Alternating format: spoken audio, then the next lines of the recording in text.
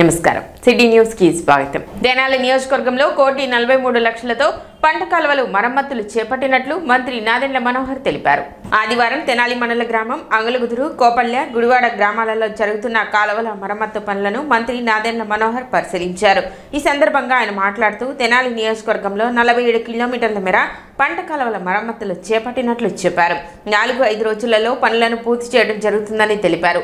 JMJ college వద్ద plastic వ్యర్థాలతో కాలువ నిండిపోయిందని, ప్రజలు వ్యర్థాలను కాలువల్లో పడవేయకుండా సహకరించాలని విజ్ఞప్తి చేశారు. నీరు వృధా కాకుండా దిగువ ప్రాంతాలకు ఉపయోగపడే విధంగా ఒక ప్రణాళికతో కాలువల మరమ్మతులు చేపట్టినట్లు ఆయన వెల్లడించారు. కార్యక్రమంలో పలువురు కూటమి నాయకులు పాల్గొన్నారు. కాలువల మరమ్మతులు ఒక ప్రణాళికబద్ధంగా దాదాపు 1,43,00,000 రూపాయలతోటి 47 కిలోమీటర్ల కాలువలు ఖచ్చితంగా మనకి రైతులకు ఉపయోగపడే విధంగా, అదేవిధంగా వర్షాలు పడినప్పుడు కాలువల్లో మనం సాగునీరు కోసం, రైతుల కోసం ఉపయోగపడే విధంగా ప్రభుత్వం అందించినప్పుడు మన కృష్ణా వెస్టర్న్ డెల్టా నుంచి ఎక్కడ కూడా ఆటంకం కలగకుండా సక్రమంగా దిగువ ప్రాంతాలకి కూడా రైతులు సంతోషించే విధంగా జరగాలన్న ఒక ప్రక్రియలో భాగంగా ఈరోజు నియోజకవర్గంలో అనేక ప్రాంతాల్లో పనులు జరుగుతున్నాయి. ఇందాక అంగల్గుదురులో చూసాం, ఇప్పుడు కోపల్లి, గుడివాడలో కూడా మనం పర్యవేక్షించి చూసాం. ఖచ్చితంగా ఒక 4-5 రోజుల్లో ఈ వర్క్లన్నీ కూడా ఇంకా వేగవంతంగా ముందుకెళ్ళి వర్షాలు వచ్చే లోపు మన నియోజకవర్గంలో మన ప్రజలందరికీ కూడా ఈ కార్యక్రమం ఉపయోగపడే విధంగా స్థానిక సంస్థల్లో ఉన్న ప్రజాప్రతినిధులు, అదేవిధంగా మన డిస్ట్రిబ్యూటరీ ఛానల్ కమిటీ మెంబర్లు అందరూ కూడా దీంట్లో పాల్గొనాలి. అంతిమంగా మన రైతాంగానికి ఉపయోగపడే విధంగా, మన ప్రజలకు ఉపయోగపడే విధంగా ఎవరు కూడా రేపటి రోజున కష్టపడి మనం స్టోర్ చేసుకున్న నీళ్లు క్షేత్రస్థాయిలో మనం వదిలినప్పుడు అది దుర్వినియోగం కాకుండా, వృధా కాకుండా ఉపయోగించుకోవాలి. అదేవిధంగా ఇందాక అంగల్కుదూరు జేఎంజే కాలేజ్ దగ్గర మనం చూసాం, ఊహించని విధానంలో భయంకరంగా ప్లాస్టిక్ అనేది డైరెక్ట్గా కాలువల్లో వదిలేసి మున్సిపాలిటీ నుంచి మనకి గ్రామాల్లోకి తరలి వస్తున్నాయి. ఇది చాలా ఇబ్బందికరమైన పరిస్థితి. ప్రజలందరినీ కూడా నేను కోరుతున్నాను, దయచేసి మీరు సహకరించాలి. తడి చెత్త, పొడి చెత్త అనే కార్యక్రమం మనం చేస్తున్నాం, ఇంటింటికి వచ్చి మనం సేకరిస్తున్నాం. సో ఈ కార్యక్రమంలో మీరు అర్థం చేసుకోండి, మీరే చూసుంటారు ప్రజలందరూ కూడా ఏ విధంగా 3 రోజుల నుంచి తీస్తున్నా కూడా ఆ కాలువల్లో ఇంకా భయంకరంగా వ్యర్థాలు, అదేవిధంగా ప్లాస్టిక్ బాటిళ్ళు, అనేక పదార్థాలు అన్నీ కూడా దాంట్లో ఉన్నాయి. సో ఇవన్నీ కూడా మనం దూరదృష్టితో ఆలోచించుకొని అంతిమంగా మన ప్రాంతానికి మనం పారిశుద్ధ్యం విషయంలో మన ఆరోగ్య సమస్యలు రాకుండా చూసుకోవాల్సిన బాధ్యత ఉంటుంది. కాబట్టి ప్రజలందరినీ నేను మనస్ఫూర్తిగా కోరుతున్నాను, దయచేసి మీరు సహకరించండి. జూలై 7వ తేదీన జరిగే ఎంఆర్పీఎస్ ఆవిర్భావ దినోత్సవ వేడుకలను జయప్రదం చేయాలని మహాజన సోషలిస్ట్ పార్టీ రాష్ట్ర అధ్యక్షులు విశ్వనాథ్ మాదిగ తెలిపారు. ఎంఆర్పీఎస్ ఆవిర్భావ దినోత్సవాన్ని పురస్కరించుకొని వ్యవస్థాపక అధ్యక్షులు మందకృష్ణ మాదిగ ఆదేశాల మేరకు ఎంఆర్పీఎస్ నూతన నిర్మాణంలో భాగంగా ఈ నెల 20వ తేదీన గుంటూరు జిల్లా సమావేశాన్ని ఏర్పాటు చేసి నూతన కార్యవర్గాన్ని ఏర్పాటు చేయడానికి జరుగుతున్న నెల రోజుల కార్యక్రమంలో భాగంగా జిల్లా కన్వీనర్గా తెనాలి వచ్చినట్లు విశ్వనాథ్ మాదిగ తెలిపారు. ఏ ఆశయం కోసం ఎంఆర్పీఎస్ ఏర్పడిందో ఆ ఆశయ సాధన కోసం కృషి చేస్తామని తెలిపారు. సమావేశంలో ఎంఆర్పీఎస్ జిల్లా అధ్యక్షులు సుధీర్ మాదిగ, పట్టణ అధ్యక్షులు బోస్ మాదిగ, మాదిగ మహిళా సమాఖ్య సీనియర్ నాయకురాలు ఆలపాటి కరుణ మాదిగ, జగజ్జీవన్ రావు మాదిగ, లక్ష్మణ్ మాదిగ, కూచిపూడి రామారావు, ఎంఆర్పీఎస్ ఎంఎస్పీ అనుబంధ సంఘాల నాయకులు పాల్గొన్నారు. లక్ష్మణ్ మాదిగ, కూచిపూడి రామారావు, ఎంఆర్పీఎస్ ఎంఎస్పీ అనుబంధ సంఘాల నాయకులు పాల్గొన్నారు. జగజ్జీవన్ రావు మాదిగ, లక్ష్మణ్ మాదిగ, కూచిపూడి రామారావు, ఎంఆర్పీఎస్ ఎంఎస్పీ అనుబంధ సంఘాల నాయకులు పాల్గొన్నారు. జగజ్జీవన్ రావు మాదిగ, లక్ష్మణ్ మాదిగ, కూచిపూడి రామారావు, ఎంఆర్పీఎస్ ఎంఎస్పీ అనుబంధ సంఘాల నాయకులు పాల్గొన్నారు. జగజ్జీవన్ రావు మాదిగ, లక్ష్మణ్ మాదిగ, కూచిపూడి రామారావు, ఎంఆర్పీఎస్ ఎంఎస్పీ అనుబంధ సంఘాల నాయకులు పాల్గొన్నారు. జగజ్జీవన్ రావు మాదిగ, లక్ష్మణ్ మాదిగ, కూచిపూడి రామారావు, ఎంఆర్పీఎస్ ఎంఎస్పీ అనుబంధ సంఘాల నాయకులు పాల్గొన్నారు. జగజ్జీవన్ రావు మాదిగ, లక్ష్మణ్ మాదిగ, కూచిపూడి రామారావు, ఎంఆర్పీఎస్ ఎంఎస్పీ అనుబంధ సంఘాల నాయకులు పాల్గొన్నారు. జగజ్జీవన్ రావు మాదిగ, లక్ష్మణ్ మాదిగ, కూచిపూడి రామారావు, ఎంఆర్పీఎస్ ఎంఎస్పీ అనుబంధ సంఘాల నాయకులు పాల్గొన్నారు. జగజ్జీవన్ రావు మాదిగ, లక్ష్మణ్ మాదిగ, కూచిపూడి రామారావు, ఎంఆర్పీఎస్ ఎంఎస్పీ అనుబంధ సంఘాల నాయకులు పాల్గొన్నారు. జగజ్జీవన్ రావు మాదిగ, లక్ష్మణ్ మాదిగ, కూచిపూడి రామారావు, ఎంఆర్పీఎస్ ఎంఎస్పీ అనుబంధ సంఘాల నాయకులు పాల్గొన్నారు.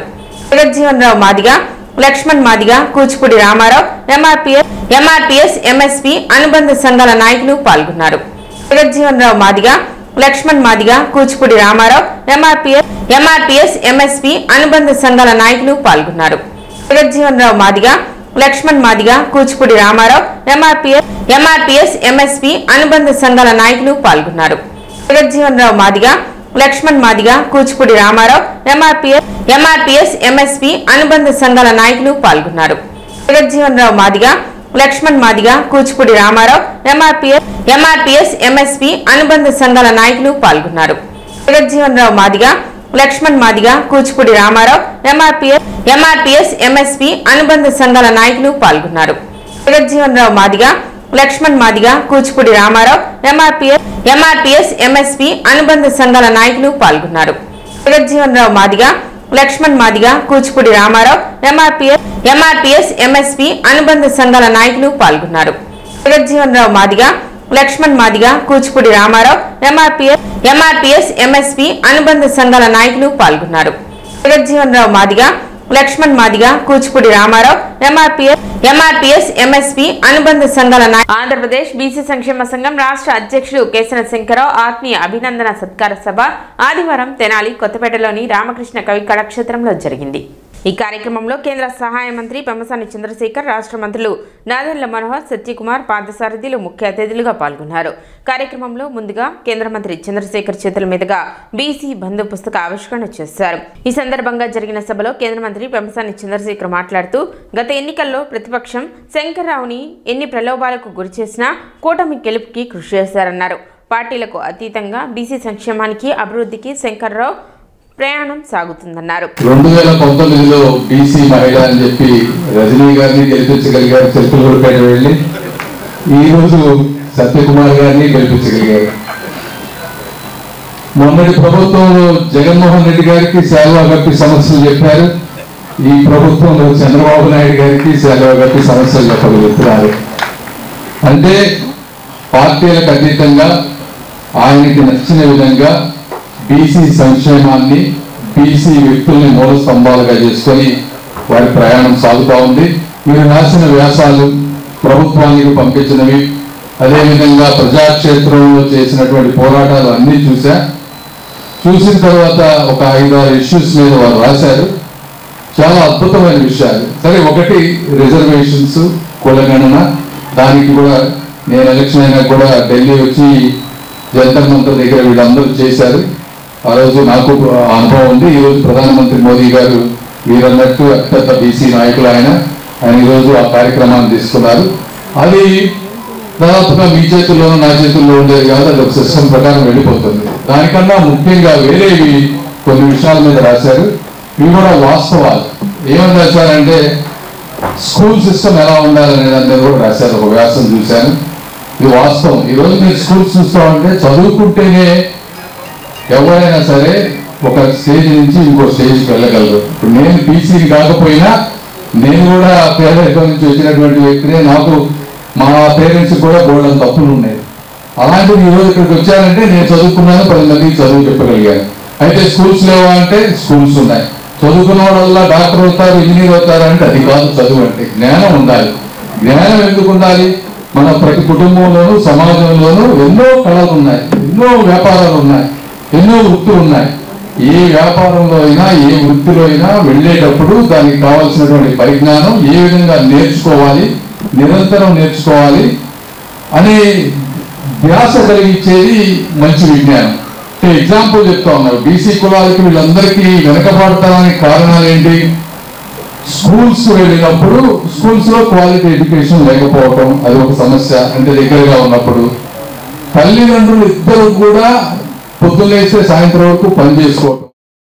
మంత్రి నాదెండ్ల మనోహర్ మాట్లాడుతూ పేదల కోసం అనేక పోరాటాలు చేయటమే కాక మన ప్రాంతానికి ఎంతో పేరు తెచ్చారన్నారు. బీసీల కోసం గొప్ప గొప్ప వ్యక్తులు పోరాటాలు చేశారు. వారందరినీ స్మరించుకోవాల్సిన అవసరం ఉందన్నారు. ఎన్నో ఏళ్లుగా శంకర్రావుకి తనకు వ్యక్తిగతంగా ఎంతో అనుబంధం ఉందని, ప్రజల కోసం అనేక పోరాటాలు చేసిన స్వార్థం లేని గొప్ప వ్యక్తి శంకర్రావుని అన్నారు. ఎన్నికల సమయంలో కూటమికి నిస్వార్థంగా మద్దతు తెలిపారని, బీసీల అభివృద్ధి కోసం కూటమి ప్రభుత్వం కట్టుబడి ఉందన్నారు. బలహీన వర్గాల కోసం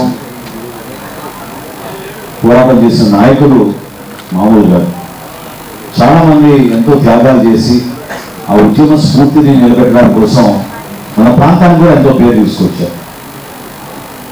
బీసీ పోరాటం కోసం తెనాలి ఒక గడ్డగా ఉండేది ఒకప్పుడు. ఎంతోమంది మహనీయులు పేరు పేరు వాళ్ళందరినీ కూడా మనం ఈ సందర్భంగా స్మరించుకోవాలి. ఎందుకంటే ఇందాక ఒక ఆయన మాట్లాడుతూ చాలా సందర్భాల్లో కుటుంబాన్ని మనం మర్చిపోతూ ఉంటాం. పోరాటం చేస్తున్నప్పుడు సమాజం కోసం మనం నిలబడి అనేక ప్రాంతాల్లో సభలు నిర్వహించుకుంటూ కమిటీలు చేసుకుంటూ తిరుగుతున్నప్పుడు జనరల్గా మనం మర్చిపోయేది మన కుటుంబాన్ని.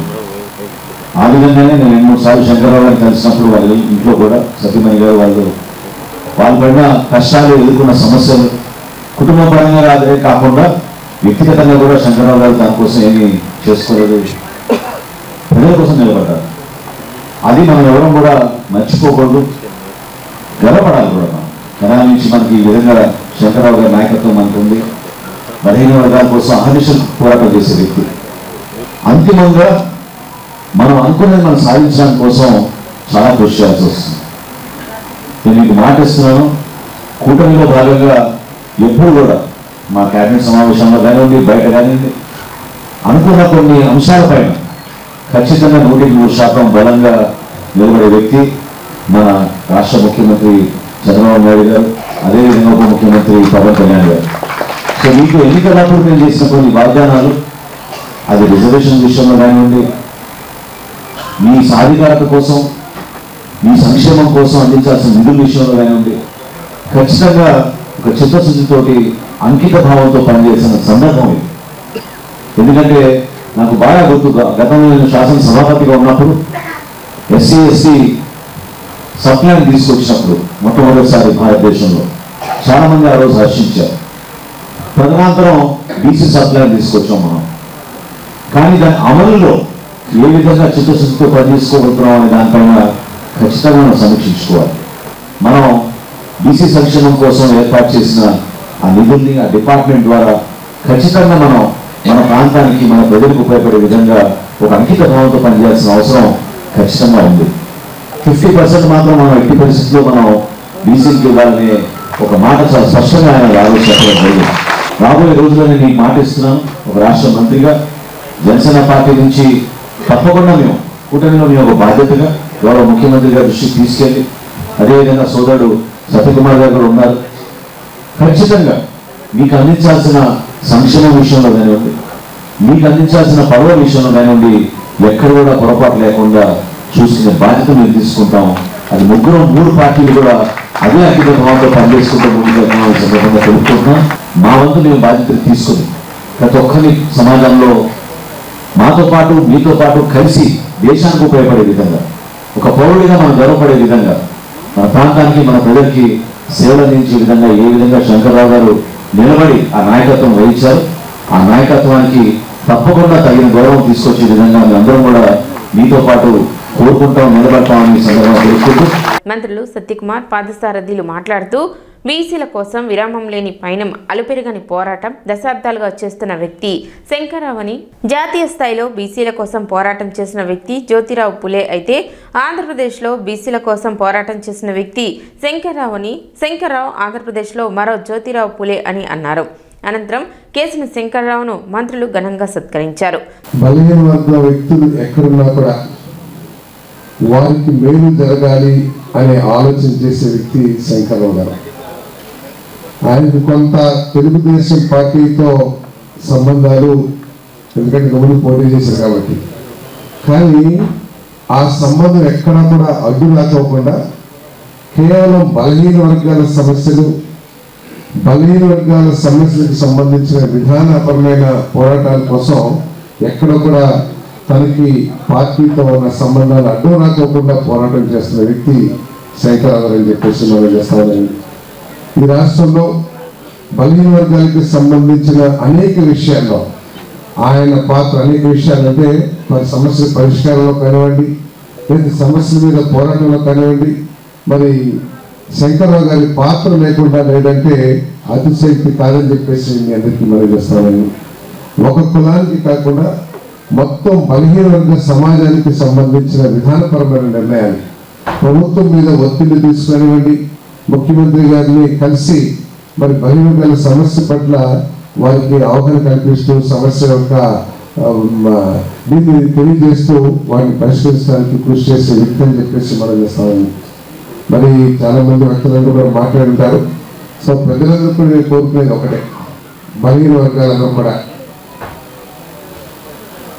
దేశం చాలా అభివృద్ధి చెందింది.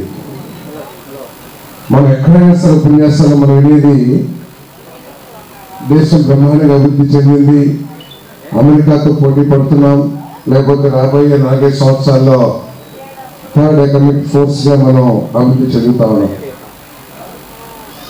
ఈ సందర్భంలో ఈ అభివృద్ధిలో బలహీన వర్గాల పాత్ర ఎంత, ఆ అభివృద్ధి ఫలాలు బలహీన వర్గాలకి దళితులకి ఏ మేరకు చేరింది అనే విషయం మీద కూడా దేశవ్యాప్తంగా చర్చ జరగాల్సిన అవసరం ఉందని చెప్పేసి కూడా మనం చేస్తా ఉన్నాను నేను. ఎందుకంటే ఈ మధ్య ఎన్డీటీవీ అని ఒక పెద్ద, ఎందుకంటే ఐఎన్పిఆర్ మినిస్టర్గా ఒక టీం వచ్చి నన్ను కలవడం జరిగింది. లేదా ఢిల్లీలో కాన్క్లేవ్ పెడుతున్నామండి, మీరు కూడా రావాలి అని చెప్పేసి. సరే వాళ్ళతో సందర్భంలో మాట్లాడే వాళ్ళు చాలా చెప్పారు. నేను ఒక చిన్న విషయం అడిగాను నేను, మీరు నన్ను తప్పుగా అనుకోకండి, అది కరెక్టో తప్పో కూడా నాకు తెలియదు, కానీ మీరు ఒక ఆలోచన చేయండి. ఈ ఆత్మీయ అభినందన కార్యక్రమంలో నన్ను కూడా ఆహ్వానించి భాగస్వామ్యం చేసినందుకు నిర్వాహకులకు ధన్యవాదాలు తెలియజేస్తున్నా. కేసన శంకరరావు గారు ఇప్పుడు చెప్పారు, నాగేంద్ర మనోహర్ గారు మాట్లాడుతూ ఒక ఫోన్ చేస్తే వస్తారు, కానీ నా ఎన్నికల సందర్భంలో నేను ఫోన్ కూడా చేయాల, కానీ ఆయన వచ్చారు. వేల మంది సమావేశాలు నిర్వహించి మొత్తం బీసీలను ఏకం చేసి, అరే ఈ ప్రాంతం వాడు కాకపోయినా, ఈ నియోజకవర్గం కాకపోయినా బయట నుంచి వచ్చాడు, ఈ ప్రాంతానికి ఏమైనా మేలు చేయగలడని నా గురించి 4 మంచి మాటలు చెప్పి బీసీలో నా పట్ల విశ్వాసాన్ని నింపి ఇవాళ ధర్మవరం నియోజకవర్గం నుంచి నేను శాసనసభ్యులుగా ఎన్నిక కావడానికి ప్రధాన భూమిక వారు కోరుతాను. అయిపోయిన తర్వాత మళ్ళీ వచ్చారు, గెలిచిన తర్వాత మళ్ళీ వచ్చి ఇటీవల మళ్ళీ పెద్ద సమావేశం నిర్వహించి ఆ సమావేశంలో కూడా మళ్ళీ గుర్తు చేసే ప్రయత్నం చేశారు. ఈ సంవత్సర కాలంలో మనం ప్రభుత్వం తరఫున ఏం చేయగలిగాం, వ్యక్తిగా ఇతను ఏం చేయగలిగాడనే విషయాన్ని గుర్తు చేస్తూ నా పట్ల ఆ బీసీలో కాస్త అభిమానం చెరగకుండా వాళ్ళు చూస్తున్నారు. నేను నిజంగా ఈ సందర్భంగా వారికి చేతులెత్తి నమస్కరిస్తూ, ఎందుకంటే వారు కొన్ని బీసీ హక్కుల విషయంలో వారు ఒక అలుపెరగని పోరాటం చేస్తున్నారు. అదే సమయంలో రాష్ట్ర వ్యాప్తంగా తిరుగుతూ బీసీలను సంఘటన చేసే పనిలో ఒక విరామం ఎరగని పయనం చేస్తున్నారు. అలుపెరగని పోరాటం, విరామం ఎరగని పయనం వారు కొన్ని దశాబ్దాలుగా, దాదాపు 40 సంవత్సరాలుగా చేస్తున్నారు. అందుకనే నేను మనకి బీసీల చైతన్యం కానీ, బీసీల సాధికారత గురించి కానీ ముందు ఏదైనా మాట వస్తే మనం అందరం ఎవరి పేరు అనుకుంటాం? ఆంధ్రప్రదేశ్ అనుకుంటాం, జాతీయ స్థాయిలో జ్యోతిబా పూలే గురించి అనుకుంటాం. అందుకనే నేను అంటూనే మీరు అంటే దేశవ్యాప్తంగా జాతీయ స్థాయిలో బీసీల సాధికారత గురించి, హక్కుల గురించి ఆ చైతన్యాన్ని రగిలించిన శక్తి జ్యోతిబా పూలే అయితే ఆంధ్రప్రదేశ్లో ఆ పని చేసి చూపించింది కేసన శంకర్రావు గారు.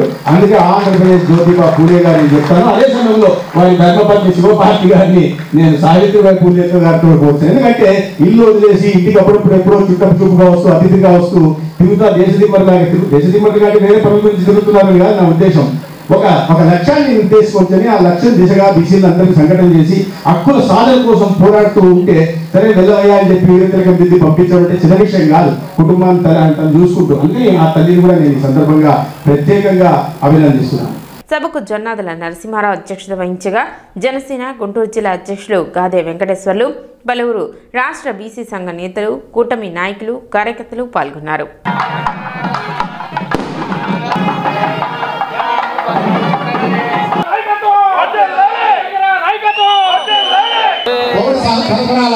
శాఖ మంత్రి వర్యులు శ్రీ నాగేంద్ర మనోహర్ గారు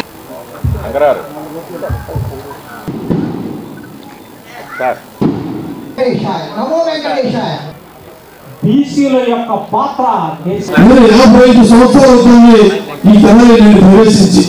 1974లో నేను తెనాలి అయితే చదువుకున్నాను. అక్కడి నుంచి కూడా మ్యారేజ్ చేసుకుని కూడా ఈ పరిసర ప్రాంతాల్లోనే నివసిస్తూ నాకు రాజకీయ రంగ ప్రవేశం కానీ, బీసీ సంఘాల మీద కానీ, బీసీ కులాల మీద కానీ ఎంతో పోరాటం చేస్తున్నటువంటి వ్యక్తిగా నన్ను గుర్తించి వారు తీసుకెళ్లి మాట్లాడారు.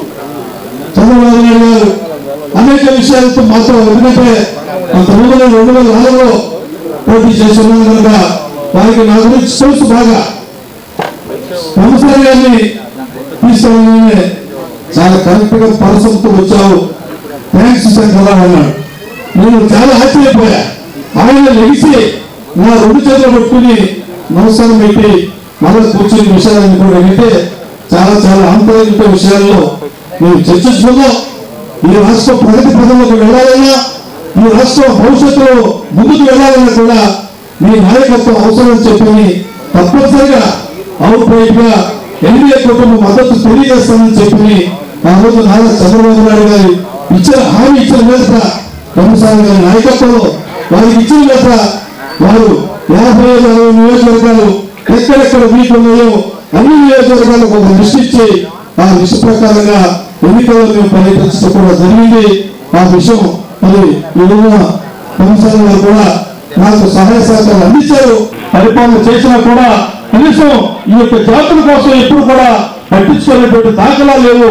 మీరు ఈ ఓబీసీని తప్పనిసరిగా చేయాలి అని చెప్పి ఆ రోజు మేము నరేంద్ర మోడీ గారిని కోరినప్పుడు, అయ్యా మీరు అన్ని రాజకీయ పార్టీని, అన్ని ప్రజా సంఘాన్ని మాకు పార్లమెంట్ లో తీవ్రమైన ఒత్తిడి తీసుకొస్తే మీరు తప్పనిసరిగా చేయడానికి సిద్ధంగా ఉన్నారని చెప్పి నరేంద్ర మోడీ గారు మాకు హామీ ఇవ్వడం కూడా జరిగింది. మహిళా బిల్లు గత 3 దశాబ్దాలుగా పిండినటువంటి మహిళా బిల్లుని కూడా కొత్త పార్లమెంట్ లో ప్రవేశపెట్టేటువంటి విషయం అందరికీ తెలుసు. దానిలో కూడా నేను అడిగాం, ఓబీసీ మహిళా వాటా ఎంతో మీరు పెంచాలి, తప్పనిసరిగా మనకి అవకాశం కల్పించాలని చెప్పారు. అదేవిధంగా ఈ రాష్ట్రంలో కులగణాంకాల మీద అనేక దశాబ్దాలుగా పోరాటం చేస్తా ఉన్నాం. సిటీ న్యూస్ ఇంతటితో సమాప్తం. నమస్కారం.